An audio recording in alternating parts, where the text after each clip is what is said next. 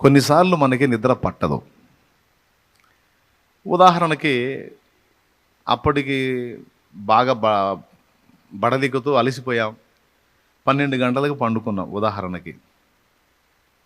3కే మెలకువ వచ్చింది. పండుకుందే 12కి, 1 గంట, 2, 3 గంటలు నిద్రపోయావు, మెలకువ వచ్చింది. మెలకువ వచ్చినప్పుడు నువ్వేమనుకుంటున్నావు అంటే, మనిషి సగటున 7 గంటలు నిద్రపోవాలి, నేను 3 గంటలే నిద్రపోయాను, ఇప్పుడు టైం చూస్తే 3 అయింది, తెల్లవారడానికి ఇంకా 3 గంటలు ఉంది, ఇప్పుడు మళ్ళీ నేను పండుకుంటే మరొక 3 గంటలు నిద్రపోవచ్చు, మొత్తం మీద కనీసం 7 గంటలు కాకపోయినా 6 గంటలన్నా కవర్ అయింది, మన హెల్త్ ఇష్యూస్ లేకుండా ఉంటాయి. కాబట్టి మనం నిద్రపోవాలి అని కొన్నిసార్లు 3కి మెలుకు వస్తే మళ్ళా నిద్రకు ఉపక్రమించిన అనుభవాలు మీకున్నాయా లేవా? ఉంటే చేతులు ఎత్తండి. Right, thank you. చాలామందికి ఆ అనుభవాలు ఉన్నాయి. 3కి దేవుడు మెలకువ ఇచ్చాడు. అయితే నువ్వేం చేసావంటే ఆ 3కి మళ్ళా కళ్ళు మూసుకొని ఇటు పక్కకు తిరిగి ఆ దిండుని ఇటు లాక్కొని ఎలా ఒరిగి, లేకపోతే అటు పక్కకు తిరిగి ఆ దిండుని ఎలా లాక్కొని ఇటు పక్కకు ఒరిగి, మొత్తం మీద కష్టపడి 1 గంట అటు ఇటు పెనుగులాడి నిద్రపోయి ఉంటాం. ఇలా నాకు తెలిసి మస్తు సార్లు జరిగి ఉంటుంది. ఒకవేళ నేను పండుకుందే 12 గంటలకైతే నాకు 3 గంటలకల్లా నిద్ర సరిపోయినట్టుగా మెలకు వచ్చింది ఏమిటి? వాస్తవంగా ఇంత బడలిక మీద, ఇంత అలసట మీద 3 గంటల నిద్ర సరిపోదు. కనీసం 6 నుంచి 8 గంటలు నిద్రపోతే కానీ ఇక చాలు అని తేటగా మెలకు వచ్చింది. అలాంటిది నాకు కేవలం 3 గంటల నిద్ర సరిపోయినట్టుగా 3 గంటలకే నాకు మెలకు వచ్చింది ఏమిటి? ఈ 3 గంటల్లోనే ఇంతటి రిలీఫ్ వచ్చిందేంటి? అసలు ఈ జామున నాకు ఇంత తేటగా మెలకు ఎందుకు ఇచ్చాడు? ఇది తనకి దేవుడు ఏదో నాకు సమాచారం ఇవ్వాలనుకుంటున్నాడు అని అనుకునేవాళ్ళు 100లో 10 మంది మాత్రమే ఉంటారు. 100లో ఓన్లీ 10%, 10 మంది మాత్రమే ఉంటారు. దాదాపు 90% మందికి ఆ గ్రహింపు ఉండదు. ఒప్పుకుంటారా? అంటే ఈ గ్రహించేటువంటి వాళ్ళకి ఎలా ఉంటుందంటే ఆలోచన, ఎందుకు దేవుడు నాకు ఇప్పుడు మెలకువ ఇచ్చాడు, ఇప్పుడు ఈ టైం నిద్ర రావట్లా, నిద్ర పోదామని ట్రై చేస్తున్నాం, నిద్ర రావట్లా. రానప్పుడు జ్ఞానవంతులు, దైవిక స్పృహ కలిగిన వారు బలవంతంగా నిద్రపోవడానికి ట్రై చేయరు. చూస్తారు, ఏందో నిద్ర పట్టట్లేదు అంటే మొత్తానికి దేవుడు ఏదో నాతో మాట్లాడాలనుకుంటున్నాడు ఈ నిశ్శబ్ద వేళ, ఈ ప్రశాంత వేళ, సో నేను మేల్కోవాలి, ఓకే అని ఆ జామున పరిశుద్ధ గ్రంథం తీసుకోవటమో లేకపోతే మోకాళ్ళ మీదకి వెళ్ళి ప్రార్థనలో కనిపెట్టడమో చేస్తారు. ఆ జామున మెలకువ ఇచ్చినప్పుడు ఆ స్పర్శను గుర్తుపట్టి ఒకవేళ నువ్వు మోకాళ్ళ మీదకి వెళ్ళగలిగితే దేవుడు చెప్పాలనుకున్న సమాచారం నీకు చెప్పే ఛాన్స్ ఉంది. ఇక్కడ చూసారా, తన దాసుడైన మొర్దెకై, తన దాసుడైన మొర్దెకై ప్రాణాపాయంలో ఉన్నాడు. ఆ సంగతి మొర్దెకైకి తెలియదు. హమాన్ అనేవాడు ఇట్లా కుట్ర బన్నుతున్నాడు అన్న సంగతి, ఏమండి, వీడు హామాన్ అనేవాడు కుట్ర బన్నుతున్నాడన్న సంగతి ఎవరి మీద? మొర్దెకై మీద కుట్ర బన్ని మొర్దెకైని ఉరిదీపించడానికి 50 మూరల ఎత్తున్న ఉరికొయ్య రెడీ చేశాడన్న సంగతి అతనికి తెలియదు.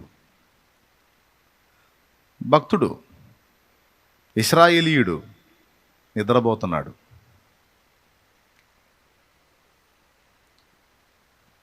కానీ అతన్ని చంపటానికి పథక రచన చేసిన వాడు మేలుకున్నాడు. 50 మూరలు అంటే దాదాపు మూర అంటే అడుగున్నర, 50 అడుగులు, 50లో సగం 25, 75 అడుగుల ఎత్తున్నటువంటి ఉరికొయ్య అంటే 7.5 స్టేర్లు, దాదాపు 8 స్టేర్ల ఎత్తంత, 8 స్టేర్ల ఎత్తంత కొయ్య అంటే దాదాపు ఆ ఊర్లో చాలామంది కనపడిద్ది ఆ ఉరికొయ్య, అంత ఎత్తు. ఎవరిని చంపడానికి? ముసలైనా? రైట్, మొర్దెకైని చంపటానికి. అయితే వాడు అంత పని చేయించి రాజు దగ్గరికి పోయాడు. ఇప్పుడు ఈ సంగతి రాజుకి తెలియదు, మొర్దెకైకి తెలియదు, హామానుకు మాత్రమే తెలుసు. రెండవది దేవుడికి తెలుసు. మొర్దెకైకి వెళ్ళి చూశాడు, తన దాసుడు ఆదమర్చి నిద్రపోతున్నాడు. ఇప్పుడు మొర్దెకైని సేవ్ చేయాలంటే ఇప్పుడు ఎవరిని మేలుకొల్పాలి? మొర్దెకైని మేలుకొలిపితే ప్రయోజనం లేదు. ఎందుకంటే హామాన్ అనేవాడు పెద్ద అధికారి, మొర్దెకై అతన్ని ఎదుర్కోలేడు. కాబట్టి ఇప్పుడు తన దాసుడైన మొర్దెకైని దేవుడు సేవ్ చేయాలి అనుకుంటే మొర్దెకైని చంపాలనుకున్న హామానుకు మించినోడిని లేపాలి. హామానుకు మించినోడు ఎవరంటే రాజైన అహస్వేరోషు. వానిని లేపాడు. ఆడ పండుకుంటున్నాడు, నిద్ర రావట్లా. అని ఇడి తిరిగి పండుకుంటున్నాడు, నిద్ర రావట్లా. ఇడి తిరిగి పండుకుంటున్నాడు, నిద్ర రావట్లేదు. ఏం వచ్చిందిరా నాకు ఈరోజు నిద్ర పట్టి రావట్లేదు. ఇక్కడ అర్థమయ్యేది ఏంటంటే అండి, నిజంగా కంటి నిండా నిద్ర కూడా దేవుడిచ్చే కృపేనండి. కడుపు నిండా పట్టెడు అన్నం దొరకటం, కంటి నిండా హాయిగా కాసేపు నిద్రపోవటం అనేది కూడా ఆయన దయాదానమే. కొంతమందికి అయితే ఈ కృపావరం సమృద్ధిగా ఉంటుంది. ఏడ కూర్చున్నా నిద్రపోతానే ఉంటారు మహానుభావులు, ధన్యులు, ధన్యురాళ్ళు. ఏడన్నా కూర్చొని కాస్త గ్యాప్ దొరికిందంటే నాకు అనిపించింది నిజంగా గాడ్ గిఫ్టే, దేవుని బహుమానమే. హాయిగా నిద్రపోవటం అంటే, ఏడ కూర్చున్నా నిద్ర రావటం అంటే ఏ దిగులు లేని వాళ్ళకి వచ్చింది అది. ఏ కోశాన్ని దిగులు ఉన్నా కూడా నిద్ర రాదు, అవునా? ఎక్కడ కూర్చున్నా అక్కడ నిద్రపోగలుగుతున్నారంటే నిజంగా వాళ్ళు గొప్ప విశ్వాసం కలిగిన వాళ్ళని నా ఫీలింగు. పరిశుద్ధుల సంగతి చెబుతున్నా, లోకస్తుల సంగతి కాదు.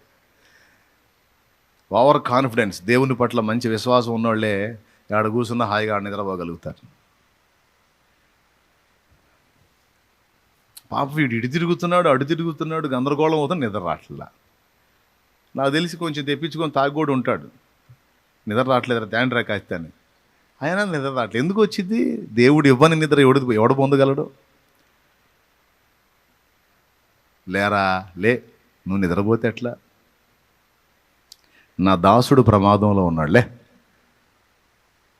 నాకు తెలిసి నేను అనుకుంటున్నాను, అహస్వేరోషు అడు తిరిగి పండుకుంటే అటు ఒక పోటు పొడిచి ఉంటాడు, ఇటు తిరిగి పండుకుంటే ఇటు ఒక పోటు పొడిచి ఉంటాడు.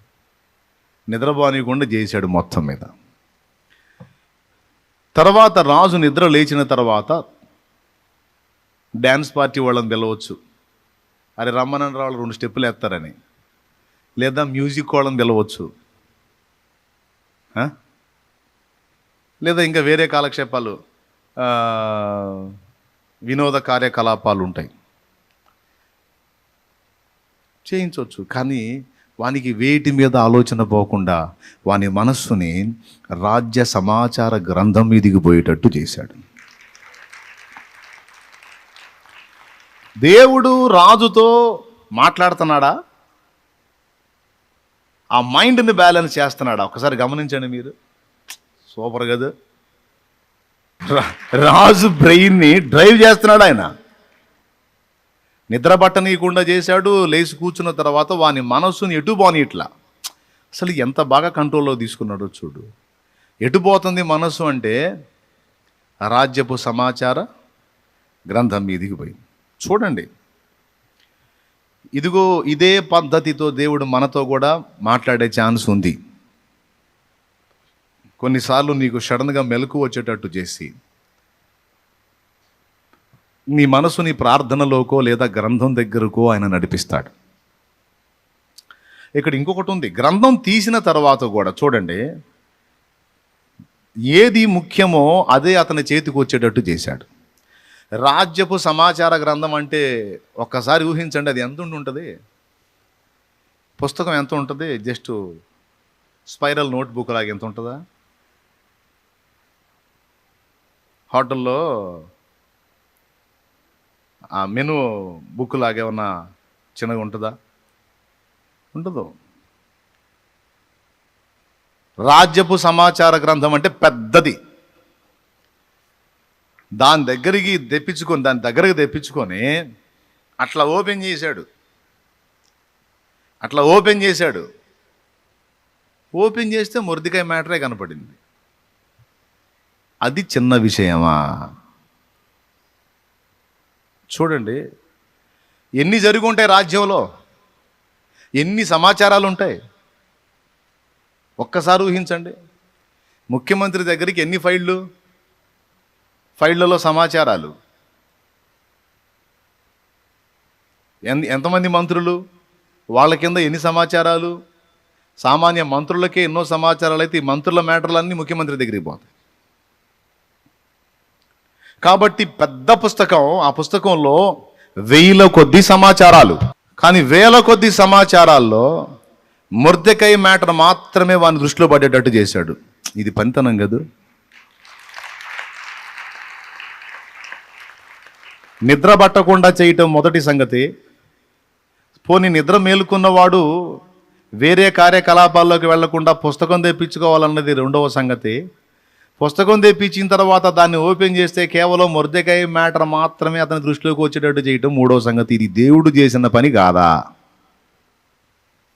అంటే స్వరముతో మాట్లాడకయే అతనిని కొన్ని విధాలుగా నడిపించుట ద్వారా దేవుడు తన పని జరిగించుకుంటున్నాడు. చూడండి వీళ్ళారా, ఇక్కడ ఫస్ట్ ప్రశంసించదగ్గ విషయం ఏంటంటే రాజు యొక్క మెలకువ.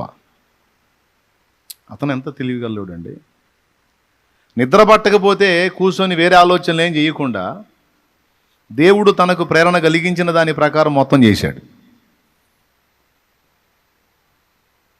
ఒక అన్యరాజు అతడే అంత గ్రహింపు కలిగి దేవుని నడిపింపు ప్రకారం మొత్తం నెరవేరిస్తే, ఆల్రెడీ దేవుని రక్తంలో కడగబడి దేవుని పరిశుద్ధులమని పిలువబడి దేవుని చేత నడిపింపు కోసం ఎన్నిక చేయబడ్డ మనకి ఇంకెంత స్పృహ ఉండాలి, ఎంత గ్రహింపు ఉండాలి. దేవుడు మాట్లాడతాడు. కొన్నిసార్లు నాకు ఈ అనుభవం కూడా ఉంది. సత్యదర్శనం బుక్ రాసేటప్పుడు నన్ను ఆజామునే లేపాడు దేవుడు. పండుకుందే 12 గంటలకి 3ంటికి మెలకు వచ్చింది. ఇక నిద్ర రావట్ల, నిద్ర చాలు అనిపిస్తుంది. వాస్తవంగా నిద్ర చాలకపోతే మెలకు వచ్చినా కూడా కూర్చొని అయిపోతాం కదా. కానీ ఎట్లుందో తెలుసా, తెల్లవారితే మెలకు వచ్చి ఫ్రెష్గా ఉంటాం చూడు, అలా ఉంది 3ంటికి. ఏంది నాకు 3 గంటల నిద్రే సరిపోయింది ఏమిటి, ఇంకా చాలా అనిపిస్తుంది ఏమిటి అని ఆ పడక మీద కూర్చొని ఆలోచన చేస్తూ ఉంటే ఆ జామున నా హృదయంలో ప్రేరణ, నువ్వు శుభవార్త చెప్తున్నావు కదా నన్ను గురించి, కొంతమందికి అందుద్ది కొంతమందికి అందదు, అందరికీ సవివరంగా ఆ వర్తమానం అంతా అందాలి అంటే దాన్ని ఒక పుస్తక రూపంలో నువ్వు ఎందుకు ఇవ్వకూడదు అని నాతో మాట్లాడాడు.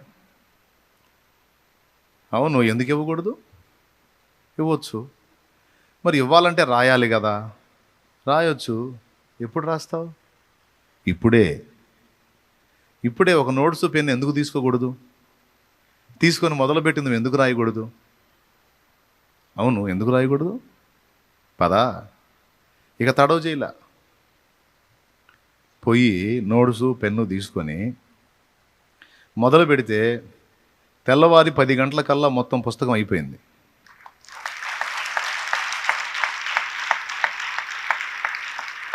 దేవునికి మహిమ. 3ంటికాడ నుంచి మొదలుపెట్టి 3 భాగాలు రాసి ఇక తర్వాత తెల్లవారిపోయింది. ఇక మిగిలిన కార్యక్రమాలన్నీ చూసుకొని కాస్త స్నానం చేసి ఫ్రెష్ అయ్యి ఆ మిగతా భాగాన్ని రాసి పూర్తి చేసేటప్పటికి 10 అయింది.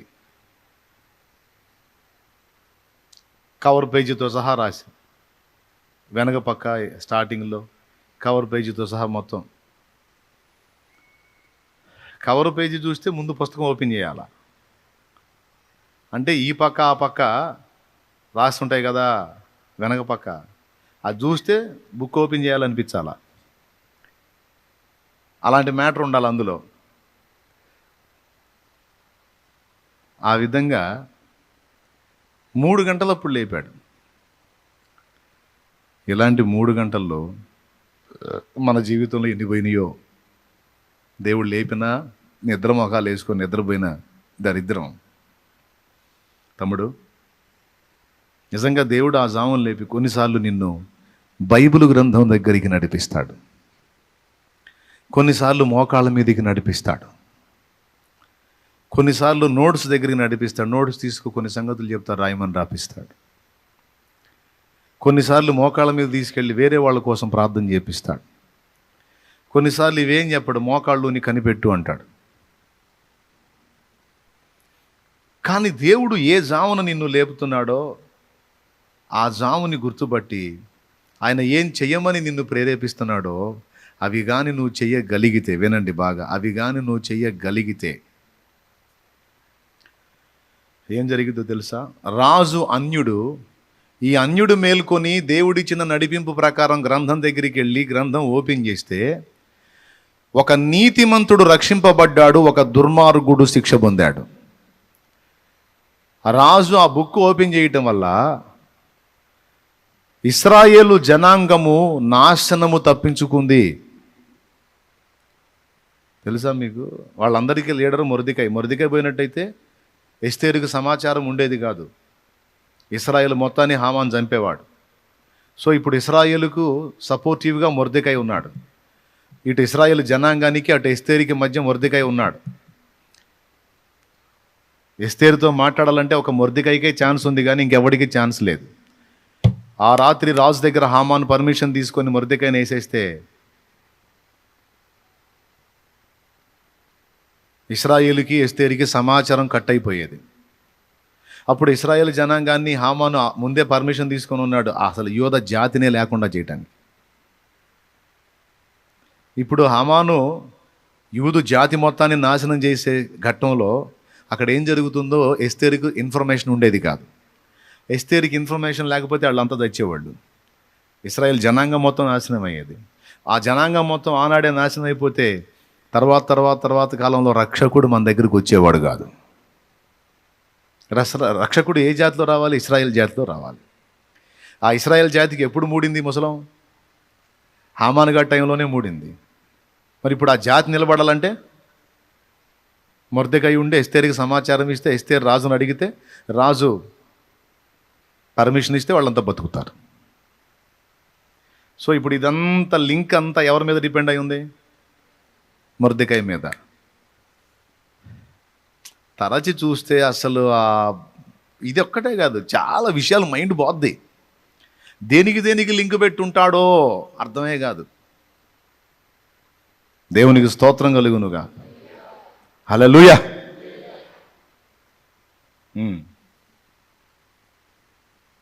దేనికి లింక్ పెట్టుంటాడో అర్థం కాదు.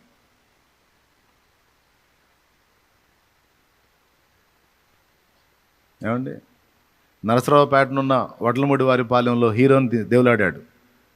చిలకలూరుపేట పక్కన రాజాపేటలో ఉన్న హీరోయిన్ దేవులాడాడు. ఇద్దరు కలిపి పెళ్లి చేసి చిలకలూరుపేటలో కాపురం పెట్టించాడు నా కోసం.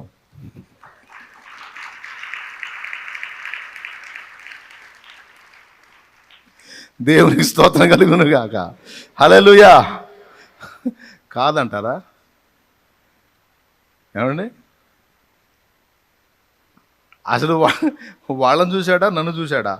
నేను అనుకుంటా నా కోసం ఎక్కడెక్కడోళ్ళని లింకు చేసావు తండ్రి నువ్వు. అసలు ఏమిటి? అలాగే నిన్ను భూమి మీదకి రప్పించడానికి ఎక్కడెక్కడోళ్ళు లింక్ చేశాడో చూడు. పొట్టిదనుకోవాకు, నిజం అది. నిన్ననేవాడిని భూమి మీదకి రప్పించడానికి దేవుడు చాలా పనులు చేశాడు. కొద్దిగా మైండ్ సరిగ్గా పెట్టి ఆలోచిస్తే అర్థమవుతుంది నీకు. ఇప్పుడు రక్షకుడు రావడానికి ఇశ్రాయేల్ జనాంగం కావాలి. ఇశ్రాయేల్ జనాంగం మొత్తాన్ని నాశనం చేయడానికి హామానుగాడు పూనుకున్నాడు. హామానుగాడు ఆ పని చేయకుండా ఉండాలంటే ఎస్తేరు రాణి కావాలి. మొర్దెకై ఇశ్రాయేల్ జనాంగం యొక్క సమాచారం ఎస్తేరుకి అందించేవాడై ఉండాలి. సో ఇక్కడ మొర్దెకై కూడా ఒక భాగం తీసుకోవాలి. ఆ రాత్రి మొర్దెకైని ఉరిదిద్దామని హామాను పోయాడు. దేవుడు ఏమరపాటుగా ఉంటే మొర్దెకై లేచేవాడు. మొర్దెకై తర్వాత ఇశ్రాయేల్ జాతి మొత్తం లేచేది. అంత నాశనాన్ని ఆపటానికి ఒకడు మేలుకోవాల్సి వచ్చింది చూడండి. సో ఒక అన్యరాజు మేలుకుంటే దేవుని ప్రజల రక్షణ అయిందే. ఇప్పుడు దేవుని ప్రజలు దేవుని నడిపింపు ప్రకారం మేలుకుంటే ఎంతమందికి రక్షణో కదా. ఎన్ని ఆత్మహత్యలాగుతాయో కదా, ఎన్ని నరహత్యలాగుతాయో కదా, ఎన్ని మాంత్రిక విద్యలు నాశనం అవుతాయో కదా, ఎన్ని ఆత్మల రక్షణో కదా తమ్ముడు. ఇప్పుడు అర్థమైందా? కానీ ఆ గ్రహింపు ఎంతమందికి ఉంది? వెరీ గుడ్, హ్యాపీ ఉంటే ధన్యులు. కొంతమంది చేతులు ఎత్తారు, నాకు ఉందన్నా, నేను ఆ పని చేస్తానని కొంతమంది చేతులు ఎత్తారు. సో చాలా చాలా చాలా హ్యాపీ. అలాంటి వాళ్ళే కావాలి. అలాంటి వాళ్ళ కోసమే ఆకాశమందున్న దేవుడు నరులను పరిశీలించి చూస్తున్నాడు. అలాంటి వివేకము కలిగి దేవునిని, ఆయన సన్నిధిని నిత్యము వెతికే వాళ్ళని దేవుడు వెతుక్కుంటున్నాడు. ప్రియులారా, దీన్ని గుర్తుపట్టండి. ఒకవేళ రాజు నిద్రపోయి ఉంటే టోటల్ కొలాప్స్.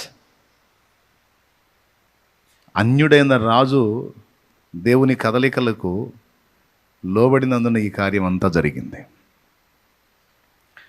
ప్రియులారా, కొన్నిసార్లు దేవుడు నీకు నిద్ర పట్టకుండా చేస్తున్నప్పుడు వేరే వేరే కారణాలు అనుకోవద్దు.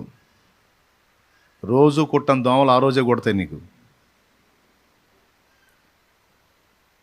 పగబట్టినట్టు నీతును గుడ్డు చేస్తున్నాయి, ఎప్పుడు లేదు, ఎట్లా గుడ్డు చేస్తున్నాయి నీకు దోమలను తిట్టొద్దు. సమస్తము ఆయనకు సేవ చేయుచున్నవని రాస్తుంది బైబిల్లో.